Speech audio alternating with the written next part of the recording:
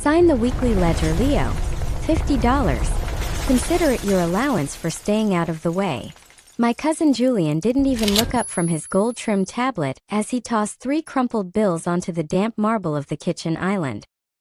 He had just spent $10,000 on a vintage wine cellar he didn't understand, solely to impress the neighbors, and I was the one scrubbing the dust off the bottles beside him.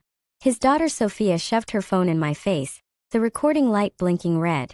"Look, guys," she sneered, zooming in on my cracked cuticles. "The family charity case is finally earning his keep." I stood frozen, the sponge heavy in my hand, while the ghost of my parents' legacy watched me be treated like a trespasser in the house they built. Have you ever been made a guest in your own home? Tell me your story in the comments. I read every single one. Picked up the cash. The paper felt cheap, but it smelled like betrayal. $50. That was the price of my silence. That was my dignity, stripped away because Julian couldn't stand to live in a shadow he didn't own. My name is Leo, and I am the rightful heir to a kingdom currently being run by a thief. You might wonder why I stayed. Why I didn't just scream the truth from the rooftops the moment the funeral flowers wilted is a valid question. But exploitation isn't a sudden theft. It is a slow, methodical erosion. Psychologists call it the fog of dependency. It's when a predator identifies your greatest moment of weakness and offers a hand, only for you to realize later that the hand was holding a collar. It started with help. Julian was there at the hospital, signing the morgue releases while I couldn't even breathe. He was there at the bank, whispering that I was too fragile to handle the numbers. Over 18 months he didn't just take over my parents' accounts. He rewrote my reality. He convinced me that my grief was a disability and his greed was a sacrifice. To Julian, I wasn't a cousin. I was a resource to be mined. You don't thank a well for the water you pump out, and you don't thank Leo for the millions that fund your lifestyle. He had successfully trained me to participate in my own disappearance. The night air in the foyer was thick with the smell of Julian's expensive cologne and the faint, lingering scent of my mother's jasmine perfume. I found his daughter Sophia in the gallery swinging a gold locket like a toy. It wasn't just jewelry. It was the last thing my mother touched before the world went dark. With a sharp crack, the delicate hinge snapped, the gold hitting the floor with a hollow ring. I didn't yell. I didn't move. I just watched the metal lie there broken. "It was old anyway, Leo," Julian laughed, stepping over the debris without breaking his stride. "I'm the one paying the insurance on this museum. If it breaks, it's my loss, not yours." That was the moment the fog lifted. This is the threshold of the silent bite. It's the psychological second where a victim realizes their captor isn't protecting them. They are consuming them.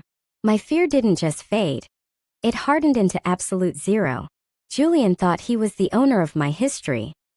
He was about to find out that even a quiet house has a foundation, and I was done letting him walk all over mine. The walk to the law office felt like an appointment with a ghost. The air conditioning hit me like a slap, freezing the sweat on my skin as I sat across from Mr. Sterling. For the last decade, he had been a shadow in my father's life, quiet, precise, mostly confined to the background while my parents ran their empire. But the man sitting there now wasn't a background character. He was the vault keeper. He didn't look at the clock. He looked straight at me. "I've been waiting for you to wake up, Leo," he whispered, his voice sharp enough to cut through 18 months of Julian's lies. He slid a single thin file across the mahogany desk. It wasn't a bill. It was a dead man's switch. The signatures Julian forced me to ink weren't a permanent surrender. They were a stewardship clause. In legal terms, it's a fiduciary tether. A mechanism that keeps a guardian honest only as long as they aren't stealing the air from the room.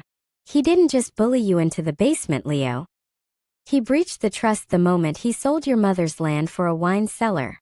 The rage that hit me then wasn't hot. It was absolute zero. Julian hadn't just been a protector. He had been a thief in my father's watch. The summer gala was Julian's masterpiece. Every high roller in the county was there, sipping my parents' vintage reserve while Julian held court in the center of the ballroom. He was posing for a selfie with a local senator, the flash illuminating his perfect, borrowed teeth. He was celebrating a status he hadn't earned, paid for by a man he didn't respect. I stood in the shadows of the mezzanine, the phone in my hand feeling like a detonator at exactly 9 p.m. I gave the signal. The music didn't just stop. The house went into a systemic blackout. This is the leverage of the legitimate owner. It's the mechanical reality that a parasite only survives as long as the host allows the blood to flow. I walked down the grand staircase as the emergency lights flickered to life, casting long jagged shadows across the silent crowd. Julian's face turned from a flush of wine to a sickly pale gray. "The stewardship is over, Julian," I said, my voice quiet but sharp enough to cut the tension. "You have 20 minutes to take off my father's watch and leave before the police explain what a breach of trust looks like." The indictments for criminal breach of trust and elder abuse arrived before the gala's leftovers had even gone cold. Julian didn't just lose the house. He lost the one arena where he felt alive, his status. By noon the next day, the family savior was a viral cautionary tale. His face plastered across news feeds next to the bank transfers that proved he'd been raiding a grieving orphan's future to buy his way into a world that never wanted him. But true revenge isn't just watching a thief fall. It's planter's justice. It is the act of taking the very ground they tried to bury you in and turning it into a garden. I sold the vintage wine cellar and the vanity sports cars, using the funds to establish the Sterling Leo Foundation. It's a resource for young adults who have lost their anchors, providing the financial literacy and legal protection I had to learn through blood and betrayal. Yesterday, I watched a young man sign his first lease, his hand steady because he knew exactly what he was signing.